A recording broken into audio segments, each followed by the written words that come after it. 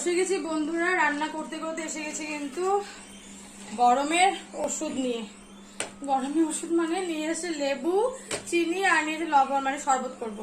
তো চলো, এখানে নর্মাল জল নিয়েছি আর এখানে ফ্রিজে দেখো বরফের জল, বরফ হয়ে গেছে, সেই জলটা নিয়েছি কারণ আর থাকতে পারছি না বন্ধুরা, এত গরম বলার মতো না।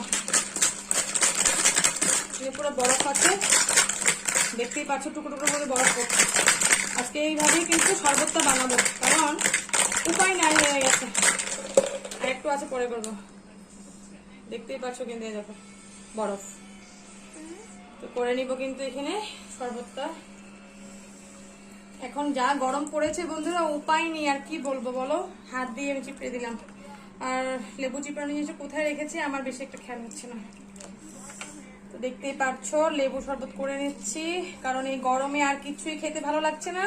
যেহেতু আমি চা খেয়েছি সকালে, কারণ যেহেতু আমি চা লাভার ভাই, আমার চা তো লাগবেই। চার পরেও কিন্তু সেই এখন আর অন্য কিছু খেতে আর ইচ্ছা করে না। এই শরবতটাই কিন্তু এখন আমার জন্য অমৃত, সত্যি কথা বলতে। দেখতেই পাচ্ছ, দিয়ে দিব কিন্তু এখানে লবণ, আর দিয়ে দিব চিনি। চিনির পরিমাণটা বেশি করে দেবো, একটু বেশি মিশি মিষ্টি করে যাতে বানাই। আর এখানে আছে দেখো, লবণটাও দিয়ে দিলাম, যদি জল লাগে পরে দেখা যাবে।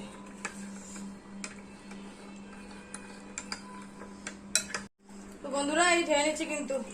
আজকে বরফ নাই জানো, বরফ থাকলে কিন্তু বরফের সাথে খেতে কিন্তু ভালো লাগতো, যেহেতু মানে গরমটা বেশি, তো বরফের সাথে খেলে কিন্তু ভালো লাগতো। যেহেতু ফ্রিজে আজকে বরফটা রাখা হয়নি, বরফটা আজকে হয়নি জানো, নাহলে কিন্তু খেতে কিন্তু ভালো লাগতো। আর যেহেতু এখন মানে শরবত বানালে একটু বরফ না দিলে ভালো লাগে না। দই আছে, দেখি বিকালবেলা একটু লস্যি করতে পারি। তো 3টা গ্লাসে কিন্তু বেড়ে নিলাম, গ্লাস না সরি 3টা কাপে বেড়ে নিলাম। এটা আমার ছেলের জন্য, আর এটা আমার মেয়ের জন্য, আর এটা কিন্তু আমার জন্য। খেয়ে দেখি।